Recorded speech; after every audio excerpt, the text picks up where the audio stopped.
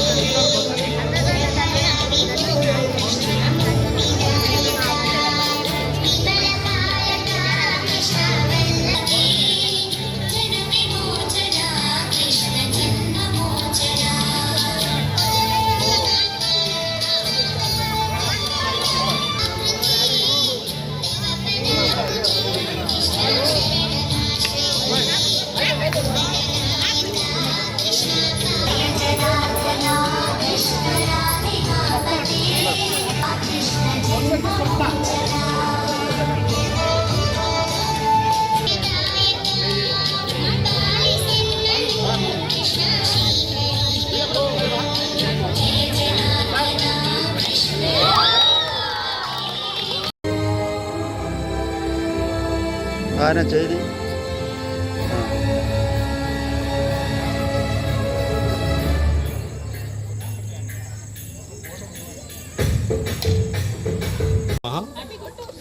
ఈరోజు శ్రీకృష్ణ జన్మాష్టమి సందర్భంగా మన సద్గురువులు శివానందమూర్తి గారి దివ్యక్షేత్రంలో సప్తధామంలో గురుగారి కృష్ణుడి జన్మాష్టమి వేడుకలు మొదలుపెట్టాము. పిల్లలకి ఉట్టి కొట్టుట, ఆడవాళ్ళకి కూడా ఉట్టి కొట్టుట పోటీలు, మగవాళ్ళకి అందరికీ కూడా కొడుతున్నాము. అయితే గురువుగారు ఏం చెప్పారంటే కృష్ణుడి గురించి బ్రహ్మ విష్ణు మహేశ్వర్లని ప్రార్థించిన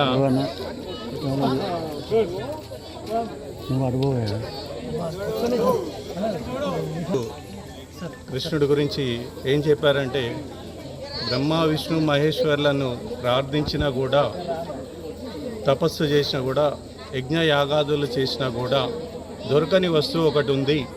ఆ వస్తువు ఏంటిదంటే జ్ఞానం. ఆ జ్ఞానం కొరకు గురువుని ప్రార్థించాలని చెప్పారు గురువుగారు. అది ఫస్ట్ మనకి దక్షిణామూర్తి గురు రూపంలో అవతరించారు. దాని తర్వాత దత్తాత్రేయుడు, దాని తర్వాత కలియుగంలో కృష్ణుడి అవతారం వచ్చింది. కృష్ణుడి అవతారం అంతా కూడా జ్ఞానబోధనే ఆయనది. ఆయన జీవిత చరిత్ర అంతా కూడా జ్ఞానబోధనే. భగవత్ రూపంలో కృష్ణుడు భగవద్గీత రూపంలో బోధించాడు. ఆయన ప్రతిరోజు ఒక శ్లోకం చదివితే చాలన్నారు గురువుగారు. గీతా పారాయణం అవుతుంది అన్నారు. దాని తాత్పర్యం తెలిసినా తెలియకున్నా కూడా ఆటి గీతా శ్లోకాలు చదువుతుంటే వెన్న ముద్దల్లాగా ఉంటాయి. కాబట్టి అది చదవమని చెప్పారు. మానవుని జీవితంలో ఏ సమస్య వచ్చినా కూడా భగవద్గీత పుస్తకాన్ని నెత్తిన పెట్టుకొని కృష్ణుడు భగవానుడు అందులో ఉన్నాడని అనుకొని మనసారా వేడుకొని కోరుకుంటే ఆ సమస్య తీరుతుందని చెప్పారు.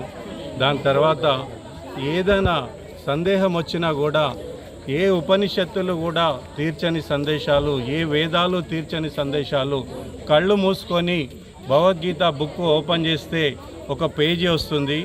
ఆ పేజీలో శ్లోకం చదివితే దాంట్లో మీకు సరిపడా మీ యొక్క సందేహానికి సరిపడా ఉపాయం దొరుకుతుందని చెప్పారు గురుగారు. కాబట్టి అటువంటి కృష్ణ భగవాన్ని భగవద్గీత ధర్మ ప్రతిష్ట కొరకు, ధర్మ సంస్థాపన కొరకే ఈ అన్ని మన సాంప్రదాయాలు పద్ధతులు అన్నీ కూడా ఎప్పటికీ నిత్య కళ్యాణం పచ్చతోరణంలా ఉండాలి సప్తధామంలో అని ఈ వేడుకలు నిర్వహిస్తున్నాం. పిల్లలందరినీ కూడా భగవద్గీత చదవమని చెప్తున్నాం. ధర్మ బోధనే గురువుగారు అంటేనే ధర్మము, ధర్మం అంటేనే గురువుగారు, వేరే ఏం లేదు. గురువుగారు ఎప్పుడు కూడా నేను రక్షిస్తా రండి, నా దగ్గరికి రండి అని చెప్పలేదు. ధర్మమే మిమ్మల్ని రక్షిస్తుంది, ధర్మంలో ఉండండి అని చెప్పారు. కర్తవ్య బోధ చేశారు గురువుగారు. మీకు ఏ కర్తవ్యం, భగవద్గీత చూస్తే వేద పండితులకు ఒక కర్తవ్యం ఉంటుంది, గోపాలుడికి గోవులను కాసేయడానికి ఒక కర్తవ్యం ఉంటుంది, ఏమి చదువు రానని కూడా ఒక కర్తవ్యం దాంట్లో తెలుస్తుంది. కాబట్టి ఎవరికి ఏ సమస్య ఉన్నా కూడా భగవద్గీత బుక్ ఓపెన్ చేసి చూడమన్నారు. కాబట్టి ఆ వేడుకలను నిర్వహిస్తున్నాము. దాదాపు ఇప్పుడు 400 మంది భక్తులు ఈ వేడుకలలో పాల్గొన్నారు. అందరికీ కూడా శ్రీకృష్ణ జన్మాష్టమి శుభాకాంక్షలు. పేరు చెప్పండి. బండారు సాయినారాయణ ట్రస్టీ, శివానంద గురు కల్చరల్ ట్రస్ట్, వరంగల్.